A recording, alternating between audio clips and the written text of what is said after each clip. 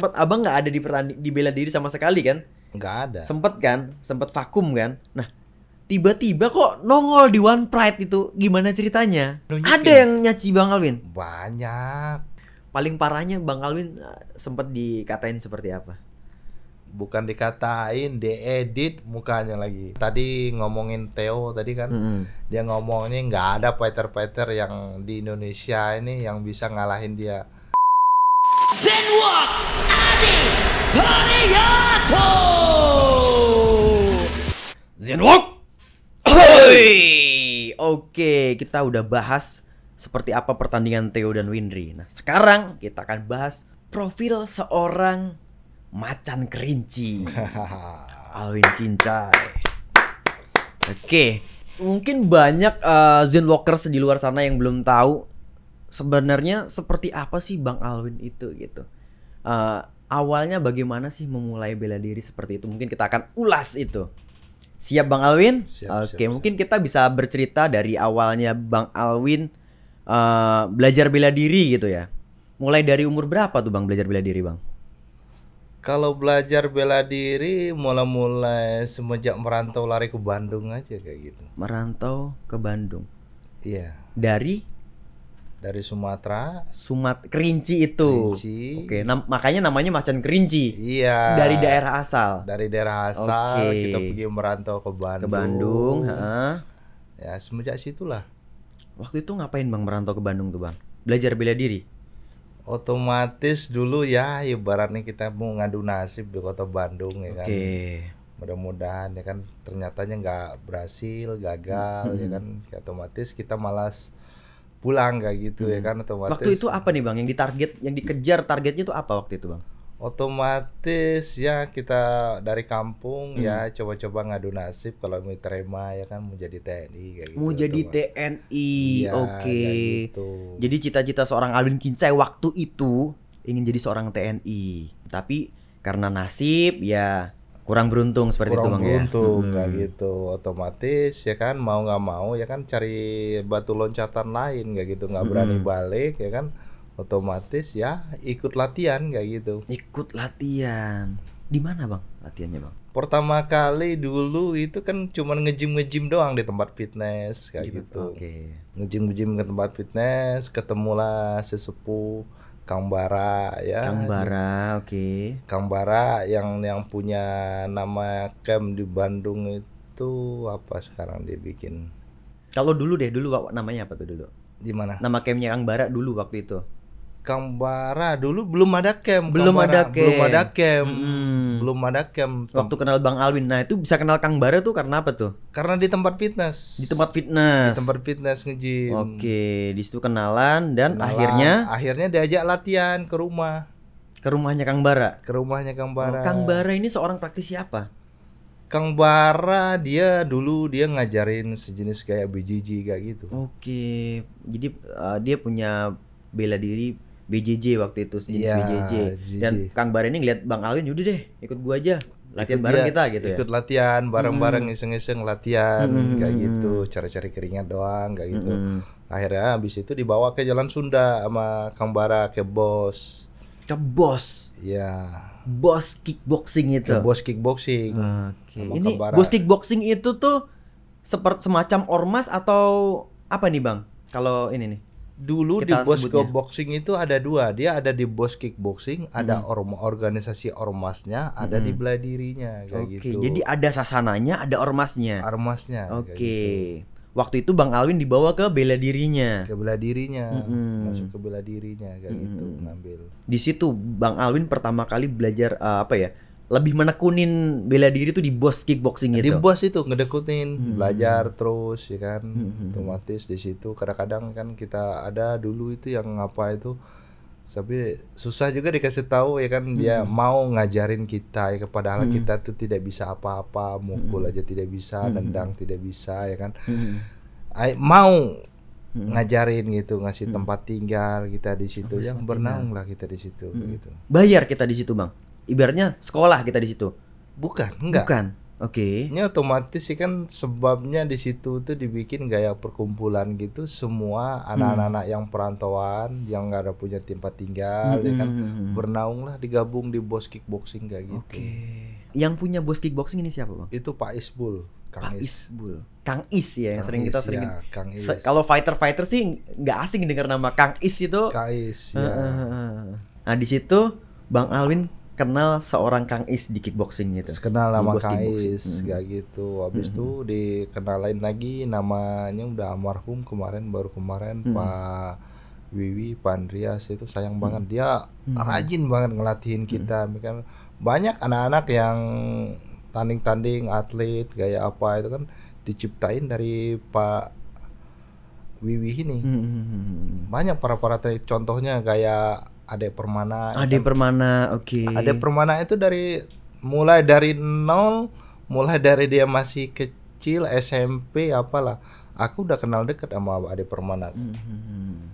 Nggak gitu. Satu angkatan lah gitu Bang ya waktu itu. Atau memang duluan Ade atau Bang Alwin dulu? Ibarat itu kita gabung-gabung di situ tuh udah sama-sama aja. Gitu. Ada Kak Teguh Nanang Wartana juga. Nanang, nggak gitu. Ada si Tata, Edo, banyak lah kita di situ. Iya. Bisa diceritakan nggak sih Bang? Seperti apa sih latihannya waktu itu di sana tuh kayak gimana gitu? Kayaknya seru banget nih kalau denger nih. Soalnya yang Bang Alwin sebutin tadi tuh bukan orang sembarangan bela diri gitu, orang-orang awal-awal bela diri gitu loh. Yang sekarang udah pada punya nama besar semua gitu. Iya. Seperti apa keseruannya latihannya waktu di sana, Bang? Kadang-kadang kita latihan nih kan yang penting pagi kita, yang penting mau bangun pagi, mau di lapangan, kayak gitu aja hari-hari kita sama apa Wiwi almarhum itu. Yang penting kita punya yang penting kita otomatis buat sehat dulu lah kayak gitu. Otomatis kalau siapa yang mau ada pertandingan, kalau mau ikut pertandingan baru disalur-salurin kayak gitu. Mulai dari Bos Kickboxing itu Bang ya. Bos Kickboxing. Nah, menurut Bang Alwin sendiri sosok Kang Is nih seperti apa sih? Kalau menurut aku Kang Is itu ibaratnya orang tua kita ya gitu. Sebabnya kalau kita di perantauan ya kan kadang-kadang banyak kan anak-anak perantauan nggak ada punya tempat tinggal apa ya kan. Sedangkan Pak Is itu mau dia ngasih kita tempat tinggal, mau dia ngasih rumahnya tempat anak-anak buat tinggal kayak gitu. Sampai kadang-kadang kan sampai anak-anak ini kan yang nggak punya kerjaan, dicari kerjaan kayak gitu. Bener-bener dinaungin di sana. Dinaungin semua seluruh Indonesia itu dia nggak ada milihin kamu dari mana nggak ada. Semua. Alhamdulillah sampai sekarang anak-anak teman-teman kan banyak-banyak udah pada sukses juga gitu. Ya memang naung dari awal dari situ ya kan buat ke depannya kan dia udah bisa bawanya batu loncatan sendiri kayak gitu. Apa suka dukanya di sana, Bang? Iya suka dukanya ya kalau mau makan ya harus latihan kayak gitu. Kalau itu mau paling makan harus latihan.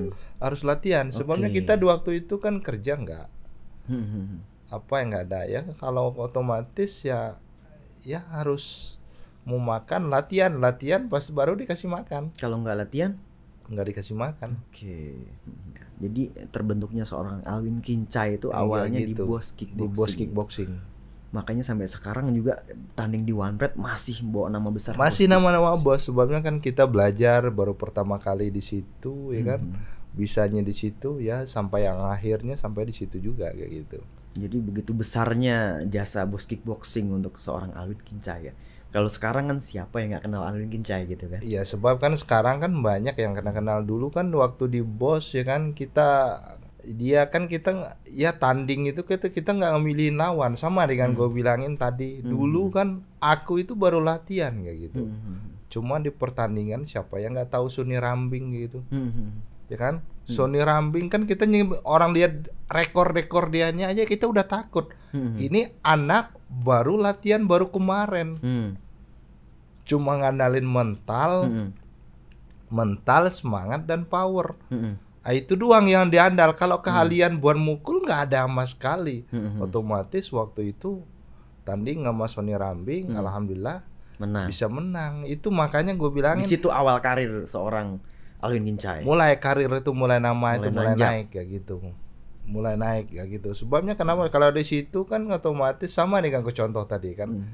Nggak ada petarung yang hebat itu semua. Contohnya kayak gini, orang-orang ya kan nggak tahu kan orang yang juara SEA Games ini kalah sama anak yang kemarin baru latihan. Betul. Sebabnya dia masih muda, punya semangat. Nah itu. Iya, iya. Nggak ada orang yang bilangin nggak ada petarung yang bisa ngalahin itu, nggak Nggak ada. ada ya. Belum ada waktu aja. Semua ada waktunya. Semua ada waktunya. Oke. Ngerasain mau dibuliin orang, kalah cobain.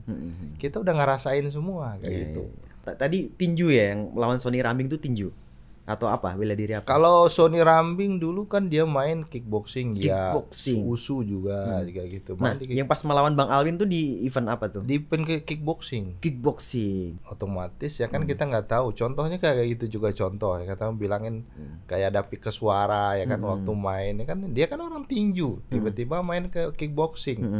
Otomatis ya gaya si apa ini baru-baru latihan juga ya kan coba main. Alhamdulillah kita cuma punya mental, punya fisik.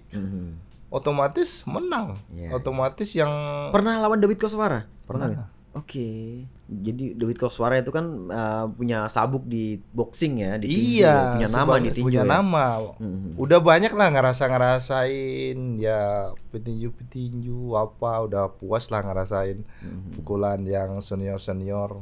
Jadi awal-awal Bang Alwin mulai start bela diri ini yang ditemuin langsung yang udah punya nama. Orang udah punya nama semua. Orang-orang yang udah dipandang, yang udah punya prestasi, Bang Alwin ketemu itu. Tapi Orang namanya, jadi positifnya nama Bang Alwin langsung cepat naik juga. Langsung cepat naik. Nah itu makanya gue bilangin kalau anak-anak muda yang baru-baru kalau mau tanding ya kan harus punya tanding sama orang yang punya level. Kalau kita kalah ya nggak apa-apa biasa, nggak terlalu grogi banget. Kalau kita menang, nama kita oke. langsung Betul. naik kayak gitu. Iya. Jadi beban kita nggak terlalu banyak. Nggak terlalu banyak. Otomatis kita ngelihat sebutin rekor-rekor juara-juara aja orang-orang aja kita udah ketakutan, udah meriang-meriang liatnya ya kan. Padahal kita baru nongol baru kemarin.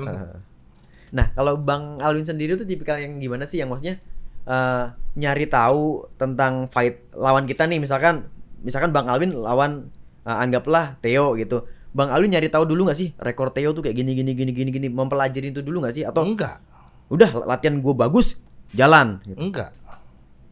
Otomatis kita ada waktu latihan, udah. Nggak usah tahu siapa dia kan waktu zamannya dia, juaranya waktu zamannya dia. Kita kan nggak nentu, namanya bela diri kita nggak tahu tiba-tiba kecolongan. Banyak faktor ya. Faktor. Jadi Bang Alwin ini tipikal yang gue nggak mau tahu lawan gue seperti apa, ya udah persiapan gue bagus, gue maju. Main. Contohnya kemarin kan gaya aku main waktu main sama si Ahong ya kan. Otomatis gue udah pede banget, udah 100%. Pede ya kan, udah pede banget, udah yakin bisa menang lawannya. Ternyata Allah belum berkehendak lain ya kan. Otomatis tiba-tiba kita sekali baru kasih side kick, baru mukul, di counter pakai hook, jatuh. Iya. Keluar gamsilnya waktu itu. Keluar gamsil. Itu juga ya kan, otomatis itu kepukulannya keras, tapi nggak tahu apa leher aku yang keras, rahang aku yang keras, apa tangan dia yang lembek gitu. Itu aja bisa tangannya bisa patah kayak gitu. Iya. Itu kan patah tangannya. Oke, Ahong. benar. Waktu Ini cederanya Ahong gara-gara mukul Bang Alwin Iya, itu. mukul itu. Oke, kita balik lagi ke Bang Alwin memulai bela diri. Waktu itu ngelawan Sony Rambing yang tadi kan, Sony Rambing. Terus next abis itu apa lagi Bang? Event apa lagi yang diikutin? Event yang itu ikutin dulu itu sebelum Sony Rambing, ketemu sama Sony Rambing, habis itu ikut kayak juaraan kayak Boss Kickboxing kayak gitu. Habis itu kita ikut kayak pertandingan EMA kayak di hotel-hotel kayak gitu. Tapi tersembunyi lah gitu acaranya kayak di hotel-hotel sampai ke Batam. Underground mas zaman dulu ya. Ya kayak gitu. Otomatis kan dulu kan kita berat badan cuma 72 disuruh main ke 86. Disuruh naikin malah. Naikin lawannya, kita ngelihat aja udah takut lihat lawan, tapi memang mental kita baru nggak tahu itu rekornya siapa gitu. Dulu nggak pandang berat orang Nggak main pandang berat. Iya. Yang penting kita ya namanya faktor umur kan bisa diapain kayak gitu kan. Kalau mau umur 25 ya siapa aja lah. Bang Alwin berarti kenal bela diri waktu itu umur berapa ya pas mulainya itu waktu itu? Yang di Boss Kickboxing tadi tuh. Ya waktu merantau-merantau ke Bandung lah atau berapa lah, Umur sekitar berapa 20, udah? 2 Lupa tahun, ya? 20 tahun yang lalu lah. 20 tahunan. Sekarang umur Bang Alwin maaf berapa? Baru masuk 40. 40, berarti waktu itu 20 tahun. Umur 20 tahunan berarti ya. Di dunia bela diri sendiri, di prestasi, puncak tertinggi prestasi Bang Alwin tuh di mana, Bang? Waktu kapan? Waktu apa nih? Event apa? Kalau aku main dulu kan pernah main di tinju amatir juga. Main di tinju amatir, main di apa kan kayak apa-apa ini kan. Kadang-kadang ibarat itu makanya main di amatir nggak diapain, sempat dicorek ya kan, sebabnya udah main di profesional kickboxing. Oke. Akhirnya dicorek dari petinju amatir kayak Padahal gitu. udah masuk tim sebenarnya. Udah masuk tim. Secara ini udah menang, udah menang. Akhirnya dicorek ya kan, main lari, habis itu lari ke Kalimantan, lari Kalimantan masuk tim USU kayak gitu, USU Kalimantan. Kalimantan mana waktu itu? Kalimantan Selatan Oh, Kalsel. Oke. Jadi tim wushunya Kalsel. kayak gitu. Di event apa tuh? PON PON ya. Di situ dapat apa nih Bang, medali apa? dapat medali emas di Masya aplikasi Allah, PON, dapat medali emas. Habis itu ada panggilan buat main ke SEA Games, Oke. masuk main buat ke SEA Games. Wushu. Bukan, lain lagi, Apa lari tuh? ke Muay Thai. Muay Thai. Lari ke Muay Oke. Thai, main di Muay Thai, otomatis yang apa itu berat badan dari 85 digeber dalam ke 65 dalam jangka waktu 2 bulan. Oke. Yang awalnya disuruh naikin, sekarang malah disuruh nurunin waktu masuk SEA Games. Nurunin. Oke. 2 bulan itu 25 kilo ngebrek itu. Oke. Perjuangannya kayak gimana itu Bang? Perjuangannya susah ditebak lah, itu perjuangan nurunin berat badan. Nurun berat badan emang kerjaannya memang kayak pelari maraton aja itu kerjaan. Tapi alhamdulillah udah pernah nyobain masuk SEA Games, udah ngerasain kayak itu gitu kan. Nggak sembarangan orang bisa main SEA Games Bang. Iya.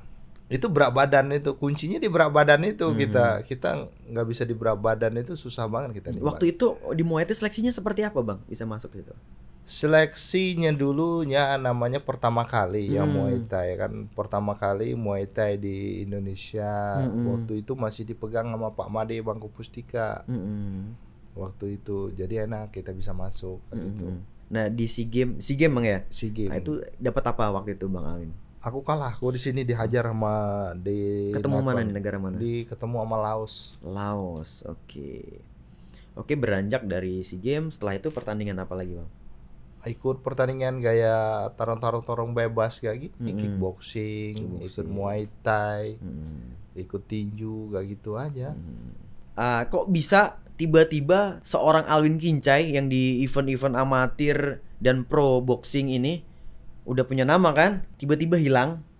Sempat abang nggak ada di bela diri sama sekali kan?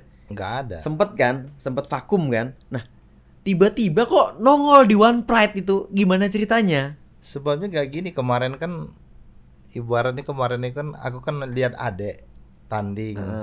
Adik Permana? Bukan, adek aku, Adik kandung. Adek sepupu lah. Adik sepupu, kan, oke. tanding ketemu sama petarung One Pride.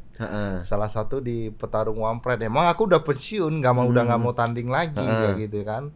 Otomatis dia main, nggak tahu di mana dia main itu, atau di maksimum dia apa dia main tanding. KO. Dia tandingnya di event Nggak tahu di event kickboxing apa di tinju dia tanding. Itu ada itu anak baru-baru kemarin tanding aja belum pernah main ya kan, ketemu sama juara the best lah di TV One dulu ya kan. Siapa tuh? Orang-orang yang Kasian Casino dulu. Christian Casino. Iya. Terus The best di situ ya kan, otomatis semenjak itulah gue turunin berat badan aku dari 99. Gue nyariin di kelas ini, kelas Kasian Casino nih, supaya ngejar aku Christian Casino. Iya. Oke. Jadi Bang Alwin ini masuk One Pride pengen ngejar Cuman Christian ngejarin Casino. itu doang. Tujuannya dulu itu Tujuan awal itu. Cuman ngejarin itu doang, ngambil di kelas itu. Dari 99 kilo gue nurun berat badan, turun ke 84. Padahal kan Bang Alwin udah hilang dari peredaran bela diri Emang gitu. udah nggak mau stop tanding gitu. lagi, udah Iya stop, kan? udah pensiun. Tiba-tiba nongol lagi gitu. Iya semenjak itu, semenjak Oke, lihat ternyata adek tanding, itu baru gue nongol ada lagi. targetnya ternyata. Ada seperti targetnya. itu. Kalau Oke. enggak itu nggak bakal nongol lagi. Terus bagaimana bisa ketemu Christian Casino akhirnya? Akhir kan waktu itu kan di kelas 80,4 itu kan ibaratnya the best lah. Christian Casino di situ kan. KO Ya, terus raja- lawannya. Raja KO lah di situ. Raja dia. KO, oke. Raja KO lah dia di situ ya kan, otomatis kita punya ya ibaratnya kan kalau kita petarung ini kan bensin ada buat latihan hari-hari ya kan. Ya semangat latihan buat ngejarin, ya udah otomatis ikut daftar, ikut seleksi One Pride. Otomatis dipanggil, langsung di Seleksinya waktu itu apa nih Bang? Lewat jalur online apa langsung datang ke audisi, tempat audisi? kita langsung datang audisi. Audisi. Langsung datang, langsung ikut. Itu pun sampai bahu aku copot ikut seleksinya. Seleksinya Bu copot karena lama udah nggak gerak. Udah lama gak gerak. Copot Oke, bahunya, oke, oke. tanding aja main bahu sebelah doang, mukul-mukul miring-miring kayak gitu. Iya. Cuma ngejar buat bisa ikut tanding doang kayak gitu. Waktu itu dapat grade apa Bang? Grade B. Grade B ya. Oke.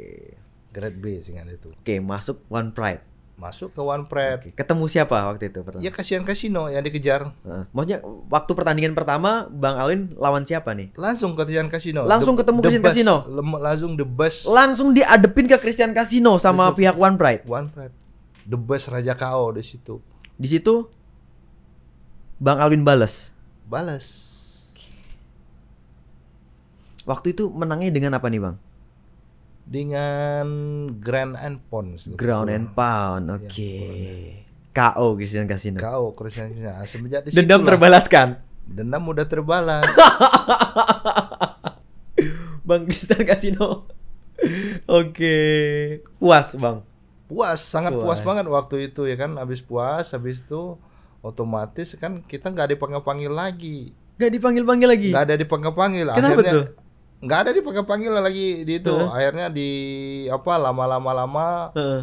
dipanggil, tapi harus main di ngancurin lagi kelas berat badan, Nurunin lagi. nurun lagi 7 kilo Oke, lagi ke bawah. oke. Paksa lagi nurunin berat badan 7 kilo, udah nurunin berat badan dari 99 ke 84, habis itu turun lagi, dipecah lagi ke 77.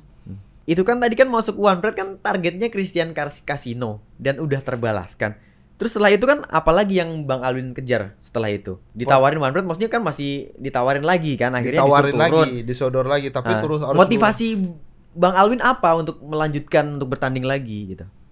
motivasi buat itu. Apa yang mau dikejar gitu?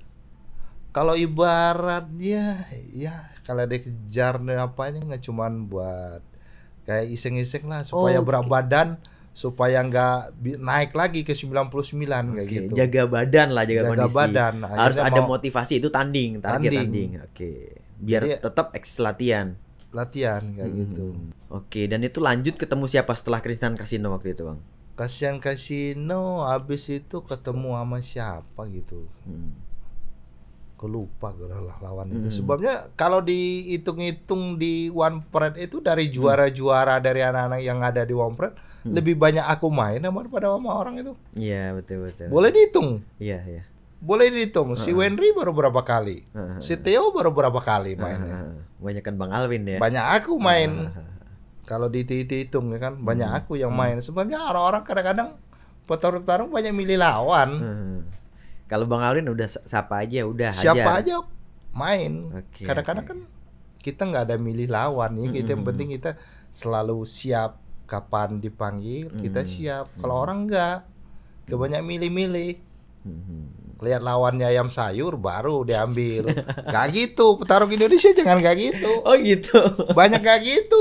Iya, Milih-milih iya. lawan, Pilih tanding ya. pilih tanding. Kadang-kadang nggak mau main lagi bisa juga kalau lawannya. Kalau tipikal Bang Alwin udah sampai aja ayo gitu. Kita siapa aja, ayo kita main. Yang penting kita kan nggak fokusin, ibarat ini kita di situ tuh buat hobi doang, lagi buat hiburan doang di situ. Ini kan Bang Alwin kalau di One Pride tuh terkenal brutalnya, beringasnya dengan teknik-teknik yang flyingnya tuh ke bawah. Apa ya kalau kita bahasanya tuh teknik apa? Gue bingung juga manggilnya apa tuh. Jadi drop nih. Bang Alwin lempar nih ke bawah. Pas lawan jatuh, Bang Alwin terbang, lompat ke bawah tuh. Turun ke bawah, drop dengan lututnya Bang Alwin. Itu kita bisa lihat sedikit videonya nih, Bang. Dan singkirkan kakinya. Iya, bis lagi. Masuk satu lagi. Wow. Otomatis kalau planning kayak gitu kan otomatis kita kadang-kadang kita kan nggak bisa nentuin. Sebabnya kenapa? Kalau kita badan kita fit, asal nggak kena tipes saja stamina kita, ya udah oke, itu bisa main. Mau Itu- main kayak manapun kita bisa ngeladenin. Itu kayak gimana yang adrenalin seperti apa yang Bang Alwin rasain bisa sampai kayak gitu sebrutal itu tuh, apa yang Bang Alwin rasain waktu itu? Sebabnya waktu itu aku yang dilatihin kan, karena kita namanya orang atlet, ibaratnya kita punya pelatih nggak ada. Selama latihan di One Pride apa kita pelatih ya kita mau sendiri aja, nggak ada pelatih, nggak ada apa. Ya kadang-kadang kita ngambil samsak aja nih 20 kali. Ya kan, kiri kanan 20 kali, sikut ini pukul ini udah. Nggak ada yang motivasi buat kita ngasih apa buat latihan itu, nggak ada. Game plan-nya nggak ada. Nggak ada. Apa yang kelihatan insting aja, nalurinya udah gua harus gini. Harus gini. Yang Berarti penting itu kita spontan aja, Bang. yang penting kita sering ngelakuin aja. Sebabnya kita nggak punya pelatih. Oke. Kita kan latihannya maunya kita aja kayak gitu. Kalau kita ada pelatih, ada sponsor yang modalin apa-apa, enak. Ini tanpa pelatih, tanpa apa kita masih bisa main kayak gini. Itu syukur alhamdulillah kayak gitu. Oke. Jadi yang di arena itu mana kesempatan yang ada, Abang sikat aja pokoknya Sikat gitu. aja kayak gitu. Oke, teknik natural ya. Nggak semua orang loh punya. Kalau orang punya dilatih kayak gitu kan, ada game plan gitu. Bang Alwin punya naluri pembunuh sendiri. Ya, Ngeri. gitu. Ini kan Bang Alwin sudah terjun lagi nih, udah basah lagi di dunia bela diri. Gimana Bang setelah terjun lagi, apa yang Abang rasain nih sekarang nih? Kalau kita rasain terjun lagi, yang penting kita mudah-mudahan kalau cepat dipanggil sama One Pride ya kan, kita bisa ikut tanding lagi, bisa kita buat ngapain ngidupin nama Alwin Kinsey yang telah selama ini kan telah dibuliin nama orang, yang diapain caci orang. Biar kita bisa nunjukin. Ada yang nyaci Bang Alwin? Banyak. Berani emang? Ya namanya Netizen ya pasti ya? netizen itu ya kan Oh. kita nggak tahu ya kan, otomatis yang penting kita itu kan kita mau nunjukin seorang petarung itu kita nggak bakal luntur kayak manapun dicaciin orang, diapain orang, kita tetap bangkit kayak gitu. Nah itu yang pengen aku buktikan sekarang. Otomatis ya kan, mudah-mudahan kalau cepat dipanggil ya kan, kita ketemu sama siapa. Aku otomatis yang gue minta sama TV One kalau dia bisa di pertemuan ya kan, aku minta siapa-siapa aja yang pernah ngalahin aku minta ditanding rematch Di rematch lagi. lagi. Karena Semua. sekarang kondisi Bang Alwin jauh lebih siap. Jauh lebih siap. Karena udah terlanjur basah, yaudah gue terjun lagi, Iya. maksimal lagi. Oke. Sebabnya kan kalau kita katakan apa, kita waktu latihan udah ada, ya kan, manajemen buat beli vitamin kita udah ada, oke. ya kan. Udah ada, kita nggak terlalu mikirin Bensin udah ada, bensin bahan bakar udah ada, udah lengkap gitu. lah. Udah lengkap kayak gitu. Otomatis selama ini kan malam, otomatis karena kemarin kan malam kita jam 5 aja kita masih di tempat kerja, subuh baru Baru balik. pulang. Buru-buru mau latihan udah Buru-buru lemes. mau latihan, jam 12 kita bangun baru stretching latihan. Paksain latihan tipes. Nah kayak gitu. Otomatis Iya, sekarang iya, kan iya, kerja iya. nggak apa ya kan, waktu latihannya ada kayak gitu. Netizen menurut Bang Alwin tuh seperti apa? Kalau netizen, kalau menurut aku dia itu adalah yang buat nyemangatin kita supaya bisa bangkit lagi. Jangan kita ngambilin apa. Kadang-kadang kan netizen kan kadang-kadang kita nggak nentu kan di TV One, kadang-kadang itu kan netizen itu kadang-kadang itu tim-tim orang yang sakit hati, yang kecewa. Sebenarnya netizen itu yang ngubulin kita itu sebenarnya dia itu pendukung berat kita. Sebenarnya dia kecewa, jadilah dia jadi pembenci kita. Kebanyakan dia kecewa. Kalau di segi bela diri ya, kalau di segi netizen yang lain-lain kita nggak tahu ya. Otomatis dia kecewa. Otomatis kadang-kadang kan kita nggak tahu. Otomatis orang di TV ya kan, otomatis yang penonton sebelum tanding aja kadang-kadang orang itu udah taruhan, patungan, mau judian. Oke. Gitu, tiba-tiba yang dipegangnya kalah. Siapa yang nggak dibully sama dia? Oke, itulah muncul haters ke kita. Itu muncullah hater-hater yang ke kita, yang ngebenci-benciin kita itu. Iya. Itu iya. tim namanya tim itu tim orang sakit hati sebenarnya. Jadi para netizen nih yang jadi haters nih tim sakit hati jadi. Tim sakit hati yang ngebully-bully kita itu sebenarnya dia sakit hati. Dia udah sama temen, kadang-kadang dia udah taruhan. Udah taruhan nih kan, ini gue megang ini, kamu megang ini, siapa ini. Tiba-tiba yang dijago ini kalah. Kenapa dia nggak bikin gini? Dibikin di di internetnya kan ngibulin kita jadinya. Paling parahnya Bang Alwin sempat dikatain seperti apa? Bukan dikatain, diedit mukanya lagi. Oke. Kadang-kadang muka Diedit. kita bisa diedit sama apa, dibikin apa. Dibikin lah. lucu-lucuan gitu ya. Lucu-lucuan kita. Ya kalau Mending kalau lucu-lucuan, kalau ngejatohin ini. Iya, kalau ngejelek-jelekin kan ini gitu ya. Ya kadang-kadang nih kan yang parah, yang lebih parah lagi itu kalau kita lihat, kalau kita baca ini memang kita bikin emosi, bikin sakit hati. Kalau segi kita nggak terima, kita bisa nyariin orang itu. Pernah abang nyariin orang itu? Bukan aku yang nyariin, orang yang gue suruhin nyari. Akhirnya orangnya minta maaf. Ketemu bang, yang Ketemu. haters tuh. Oke. Orangnya minta maaf, dia datang sendiri, dia minta maaf. Jangan main-main ya sama Bang Alwin ya. Dia minta maaf kayak gitu. Oke, seserius itu bang ya. Serius itu. Sampai Kadang-kadang kita cariin ya. kan waktu itu pertama-tama kita kan nggak terima. Kalau sekarang kita udah terima, terserah dia mau mobilin nggak manapun, mau apapun dia nggak bakal luntur. Yang penting kita latihan aja kayak gitu. Nah ini kan kalau nggak salah Adi dapat info nih, si Bang Alwin pernah sampai mempolisikan itu. Iya, kalau dia nggak mau minta maaf, kita ya namanya kita kan pertama kali kita sakit hati kan, nama kita nggak terima, kita dibilangin kayak gini. Ya kan pertama kita nggak terima, otomatis lama-lama kita masukin juga, kita terima juga kayak gitu.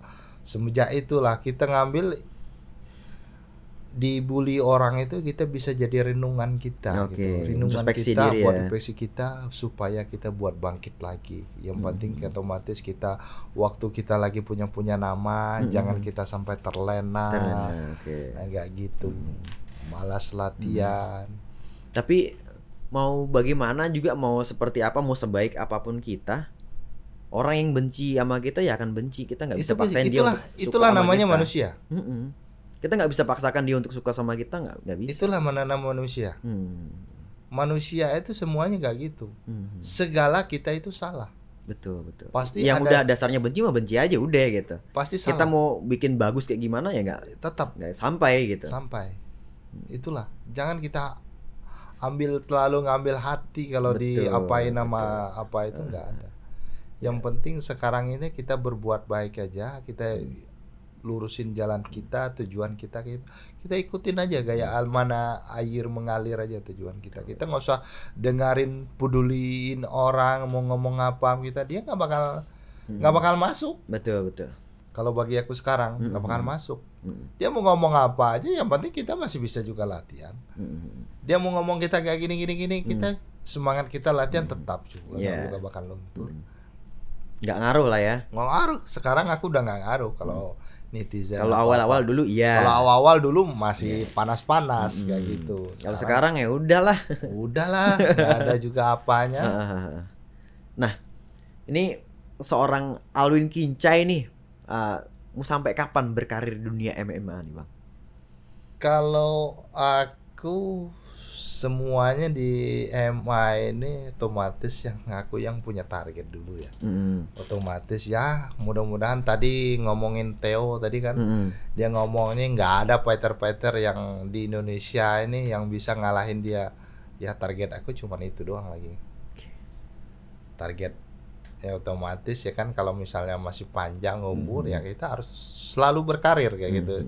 Biarpun nggak di segi ikut pertandingan, kita bisa ciptain atlet yang buat ikut pertandingan MMA kayak gitu. Bisa ada adik-adik kita yang bisa bangkit lagi kayak gitu. Jadi belum Bang Alwin sendiri belum nentuin gue mau berhenti sampai kapan, belum ya? Belum. Ngalir aja seperti air. Sampai kita ngalir aja. Oke. Sebabnya kita masih ada target aku tuh cuma satu sekarang ini. Target aku tuh gue minta sama penyelenggara TV One kan, mudah-mudahan aja dia bisa ngedengar ya kan, ngedengar bisa minta tolong lah di remote bagi siapa yang bisa ngalahin aku dulu minta tolong di rematch kembali gitu kan, otomatis biarpun yang kalah angka ya kan, yang KO minta tolong di rematchin kembali gitu. Oke, jadi Bang Alwin sekarang secara amunisi udah lengkap, udah siap tempur. Bang Alwin akan siap rematch dengan orang-orang yang udah pernah ngalahin beliau. Karena sekarang amunisinya udah ready ya. Ready. Nggak kayak dulu. Kalau dulu kan masih terpecah-pecah ya. Pecah-pecah. Fokus ya kehidupan sehari-hari, fokus latihan. Jadi kepecah lah latihan sama hidup sehari-hari tuh nggak ini gitu. Iya. Misalkan nih seorang Alwin Kince nanti pensiun, kira-kira apa sih Bang yang bikin kangen di dunia MMA ini atau bela diri? Kira-kira misalkan Bang Alwin berhenti nih, apa yang Bang Alwin kangenin nanti? Ya kangen kan waktu ya yang itu ya kan, waktu kita bisa di apa sama teman-teman, bisa ketemu sama teman-teman yang buat latihan dulu kan, bareng-bareng kita latihan, itu yang bikin kita kangen buat bisa latihan bareng kayak gitu. Oh jadi yang bikin Bang Alwin kangen tuh momen-momen latihan bareng teman-teman. Kayak gitu. Sebabnya kan kadang-kadang sama teman-teman kan kita nggak tahu ya kan, kadang-kadang kita sparring mukul terlalu keras gitu-gitu kan. Kan enak di situ tuh momen kita ngerasain teman-teman itu nggak terlalu masukin hati kayak gitu kan. Bercandaan itu yang minang ya. momen latihan sama teman-teman itu yang susah. Oke, ini denger-denger Bang Alwin lagi bikin camp nih Bang. Kalau bikin camp bukan udah 1-2 ya, udah banyak banget kalau bikin camp di Jakarta ini, kalau bikin camp Muay Thai. Sekarang nih coba lagi ya bikin tempat ngumpul lah, dibilangin camp, tempat nongkrong lah teman-teman buat nyari keringat kayak gitu. Udah berapa banyak camp yang Bang Alwin bikin ya? Kalau di Jakarta ini kalau buka camp udah ada 5-6 kali. Oh, termasuk senior ini, ngeri juga nih. Gak usah diragukan lagi gitu kan. Kalau udah buka camp ya kan udah banyak kali gitu. Kenapa sih yang bikin Bang Alwin untuk kita buka camp yuk? Ya, itu alasannya apa tuh Bang? Otomatis dulu kan orang itu ibaratnya kan buka camp itu otomatis dulu kan kita buka camp, kadang itu kan ada orang tempat nggak dipakai kan, kosong, daripada kosong dibikinlah tempat latihan. Nah kayak gitu. Kalau bisnis camp sendiri tuh menjanjikan nggak sih Bang sebenarnya? Kalau waktu zaman dulu sangat menjanjikan. Zaman dulunya kapan nih? Sebelum corona. Sebelum COVID. Oke. Sangat menjanjikan kalau buka camp dulu. Sebabnya kan otomatis camp bisa rame terus kayak gitu. Otomatis kalau yang udah aku buka camp ya segi ibaratnya kita ini kan cuma modal tenaga, ya kan, cuma modal tenaga, modal skill, nggak modal budget. Itu yang susah. Otomatis kalau masalah owner kebanyakan camp yang udah gue jalanin udah rame, hilang akal dia mau ngebuangin. Membernya ini gimana udah kepenuhan gitu maksudnya? Hilang akal dia mau ngebuangin kita yang udah ngejalani camp dari awal. Oh malah gitu. Itu kebanyakan kalau camp-camp yang udah ada. Jadi Bang Alwin yang ngerintis, tapi ketika camp sudah ramai, udah bagus, justru malah mau dibuang-buang, kepak-kepak. Justru yang ngawalin enggak gitu. Ada seperti itu Bang? Banyak. Hampir rata-rata. Kurang ajar sih. Rata-rata. Semenjak itulah aku malas buka camp lagi, atau semenjak itu udah malas. Pengalaman bukan 1-2 alasan. Kadang-kadang ada buka camp alasannya ini tempat udah nggak mau disewain lagi, ditutupin, tiba-tiba sebulan tempatnya buka lagi, berubah lagi dengan nama, pelatih-pelatih yang lain. Kadang-kadang tempat udah rame dibikin nama ya kan, udah rame ini ganti nama. Nggak ganti nama, hilang akal dia mau ngeluarin kita dari situ. Gimana caranya kita tuh dikeluarin? Alasannya tempatnya mau disewain sama kedutaan lah, mau nggak disewain lagi sama bapaknya, ini macam-macam.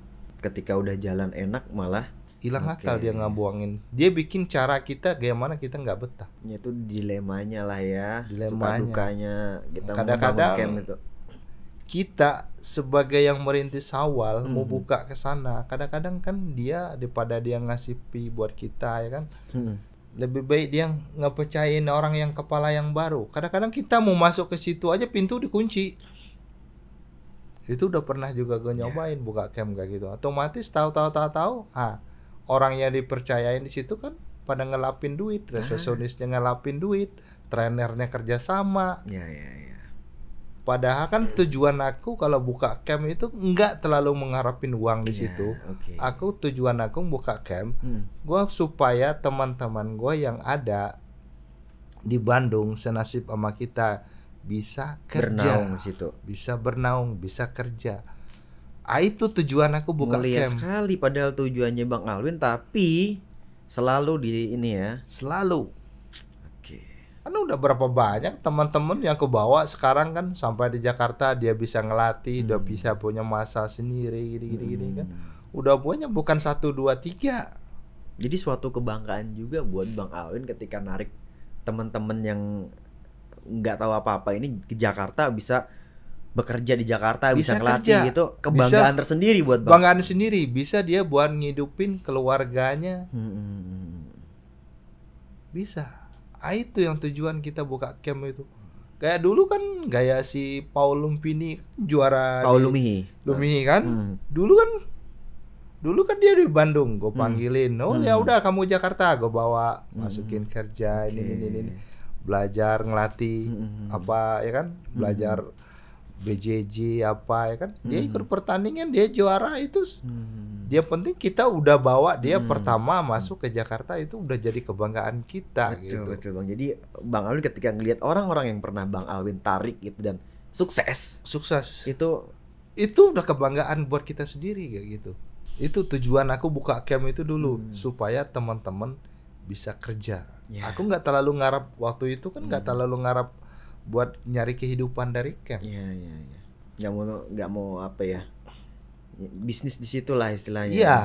Ibarat kan kalau kita di apa ya kan, yang penting kita bisa berangkat ke Thailand, masukin barang ke Indonesia, jualan, udah itu udah lebih dari ngajar kita. Iya, betul.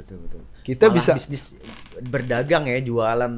Itu lebih enak. Aksesoris bela diri itu lebih ini gitu. Lebih ya. enak. Perlengkapan Sebabnya bela kita bisa nitipin sama trainer-trainer yang ada yang kita bawa ke Jakarta nih, gue nitip ini glove ini. Dia bisa ngejualin lagi. Oke, jadi Bang Alwin malah memandang bisnisnya mah di jualannya aja. Jualan. Gitu. Oke, jualan barang. Nah itu paling enak. Iya, Kan sebabnya kita udah marketnya udah ada, masanya udah punya ada. masa. Oke. Kita masukin barang ke teman-teman kayak gitu. Oke, Bang Alwin. Nah, ini kalau untuk yang kan ini kan banyak Bang Alwin pasti pernah di DM dong orang-orang yang baru belajar bela diri, yang baru anget-angetnya bela diri tuh nanya, Bang Alwin gimana caranya sih kalau bisa jadi fighter kayak Bang Alwin, pengen tanding Bang Alwin kayak gitu tuh, pernah nggak Bang di DM gitu-gitu? Banyak. Kadang-kadang kan otomatis yang jadi petarung itu banyak yang mau, yang ngikut. Kita takut kan kalau di daerah, yang anak daerah datang ke Jakarta masuk, otomatis kita ini kan kadang-kadang serba salahnya itu kan tempat ngasih biaya buat hari-harinya, itu yang berat bagi kita. Banyak yang mau ngikut-ngikut itu banyak. Kayak nyari peluang mau jadi petarung kan. Sama aku gue kasih tahu dulu sama temen-temen, kalian pikir-pikir dulu matang-matang kalau mau jadi petarung. Kalau kalian buat hobi bisa. Kalau di Indonesia, kalau otomatis kalian terlibat buat hidupin anak istri, ini mendingin nyari kerja aja lah. Itu kalau kita petarung ini kita cuman dunia buat sambilan aja gitu. Buat senang-senang aja lah Bang. Senang-senang aja. Kalau untuk jadiin profesi jangan ya. Jangan. Jadi untuk dari Bang Alwin nih, kalau untuk teman-teman nih yang baru pengen memulai bela diri dan memang berangan-angan atau mimpi jadi seorang fighter di Indonesia, belum Bang ya? Belum lah ya. Tapi kalau untuk sekedar hobi aja is okay, no problem gitu. No problem. Kalau lo mau berkarir di MMA ya paling nggak lo punya side job, lo punya pekerjaan pokok dan lo bisa sambil latihan. Nah itu yang mungkin yang harus dilakuin ketika mau jadi seorang fighter di Indonesia begitu Bang ya. Nggak bisa kita 100%, kecuali kita ada yang mau biayain kita Udah deh lo tanding aja, gue biayain hidup lo, gue sponsorin. Nah itu baru kita bisa jalan. Bisa hidup. Sebabnya kalau mater Indonesia kebanyakan promotor poin Indonesia dia nggak mau nidikin atlet dari nol. Oke. Terima matang semua. Terima matang. Ah itu yang susah. Kalau terima matang dia banyak orang yang mau narik-narik. Iya, kalau udah jadi Udah jadi banyak rebutan. Yang didik dari awal ini yang susah. Ah itu yang kalau promotor-promotor Indonesia kebanyakannya ibarat itu ngambilin atlet yang sudah jadi. Yang sudah jadi dan sudah punya nama. Dia kalau nidik dari awal, dari nol, kadang-kadang pilih orang yang mau. Boleh dibuktiin. Yang mau ngasih biaya anak itu latihan hari-hari ya kan, buat vitamin, suplemennya, apanya. Jarang orang yang mau ada. Kalau ada ya 1-2 lah. Kalau di Indonesia. Tapi ada bos kickboxing. Ya itu lain lagi cerita itu. Sampai sekarang masih seperti itu, Bang. Sampai sekarang masih ngedidik ada yang buat atlet, masih ada sekarang. Mereka semua rata-rata dari nol. Dari nol. Didik dari nol. Ada dulu yang almarhum itu. Yang marhum Pak Wiwi, Pak Andreas itu baru kemarin meninggal itu belum sebulan itu. Itu anak-anak yang ngerti HD Permanak itu sampai anak-anak itu dikuliahin, disekolahin. Masya Allah. Luar biasa. Sama Pak Wiwi, Pak Andreas baru kemarin almarhum. Aku kan belum juga pergi ke Bandung sebabnya kemarin kan pas Lebaran, Lebaran lah, almarhum meninggal ya kan. Itu anak-anak bisa disekolahin sama dia, dikuliahin, asal mau latihan. Nggak ada kerjaan, habis kuliah nggak ada kerjaan, dimasukin kerja di tempat dia. Bang Alwin punya pengalaman apa nih sama almarhum nih? Sepertinya dalam banget gitu. Itu kalau ama almarhum susah lah, kita udah anggap gaya bapak sendiri lah kayak gitu. Udah nganggap gaya bapak sendiri gitu kan, banyak teman-teman ya kan apa ya kan semuanya mulai berawal dari situ gitu. Dia sekarang dia kan udah bisa ngidupin diri dia sendiri dari bela diri gitu. Kan kalau ada nggak tanpa dia yang ngambilin kita nggak tahu anak-anak teman-teman jadi apa gitu. Jadinya sebenarnya semangat Bang Alwin untuk ngasih jalan ke para junior-junior tuh berawal dari situ ya. Bang Alwin kelihat waktu Bang Alwin mulai di Bos Kickboxing tuh yang terjadi tuh seperti itu gitu. Yang mereka mau mewadahi yang orang-orang baru mau belajar gitu, yang nggak punya tujuan, nggak punya arah, di situ dididik. Dan sekarang Bang Alwin berpikir mau menciptakan seperti itu juga di Jakarta gitu. Kalau sekarang kita udah mulai nyobain ngelatih atlet yang buat mau jadi petarung ya kan, otomatis kita kan kalau kita dia cuman buat nyariin buat kehidupan di jadi atlet atau apa, lebih jangan lah gitu. Yang penting ada dia punya kerja, punya kesibukan. Yang penting dia mau berkarir, mau belajar bela diri. Kalau ada pertandingan dia boleh ikut. Itu lebih enak kayak gitu. Sebabnya kan otomatis kalau di bela diri kan kehidupan yang tidak bisa terlalu menjanjikan kalau buat kehidupan sehari-hari. Yang penting kalau kita buat hobi, kalau buat cari nama, kalau kita sebagai trainer ya kan, kalau buat supaya orang bisa tahu kita, ya kita harus sering ikut pertandingan. Pasti orang pada tahu kita. Kita mau nyariin klien-klien, oh sama si A ini nih, oh iya ini nih. Jadi kita jadi motivasi kalau kita buat tanding itu kan, jadi nama kita itu dikenalin orang, jadi kita semakin dikenal orang, semakin banyak orang yang kontak-kontak kita yang buat latihan-latihan kayak gitu. Jadi pertandingan itu buat nge-branding kita aja. Buat gitu. nge-brandingin kita.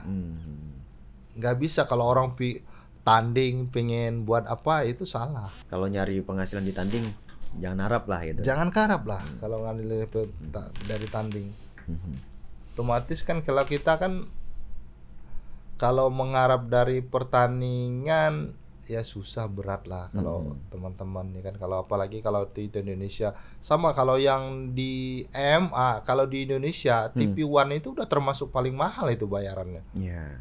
Kalau di TV One kita nggak tahu kan main tinju aja kan tuh kalau 5 ronde 12 ronde paling kenceng bayaran 8 juta nggak ya? Kadang ada 8 juta, ada 5 juta, ada 2,5 juta. Kalau 8 ronde tinju paling kenceng berapa bayaran di Indonesia? Tergantung jam terbangnya ya. Tergantung jam terbangnya. Itu makanya kalau di Indonesia, kalau di MMA yang pernah selama aku berkecimpung di bela diri, tarung bebas, ini One Pride ini udah termasuk bayaran yang paling gede di Indonesia. Kalau yang paling layak lah ya. Yang paling layak di Indonesia. Sebabnya kenapa? Otomatis dulu ya kan, plus tiket itu bayaran kita cuma 1,5 juta itu tiket. Itu udah termasuk bayaran, udah masuk tiket di situ. Coba bayangin, makan 1,5 juta. Kalau sekarang kita tiket dibayarin, hotel dibayarin, makan dibayarin, tanding dibayar, uang transport dikasih lagi. Itu udah luar biasa. Kalau udah di luar biasa, kalau di kelas di Indonesia ya, itu udah luar biasa banget. Sebab boleh cari ada promotor lain di Indonesia yang mau seperti One Pride yang mau ngapain, susah jarang. Oke, jadi kemarin kan kita sempat undang podcast si Andika Mamesah gitu. Ternyata ada 2 sudut pandang yang beda gitu kan. Kalau kan sudut pandangnya kan, kalau kita ngarapin kau bilangin tadi kan, kalau kita ngarapin di tanding itu memang hadiahnya kalau di ya nggak ada gitu. Kita kan kalau tanding itu kita cari nama kita di situ gitu, buat jadi klien-klien privat gitu. Disitulah kita dapat diundang kayak apa gitu ya kan. Di situlah pejabat-pejabat daerah bisa tahu kita ini buat pertamin, buat latihan, bisa itu. Makanya di Indonesia susah kalau nyariin yang sanggup ya ngasih biaya kombinasi hotel, tiket pesawat susah. Setiap orang berhak memiliki opini dan pandangan yang berbeda. Demikian tadi opini dari seorang Alwin Ginjai. Zenwook! Thank you.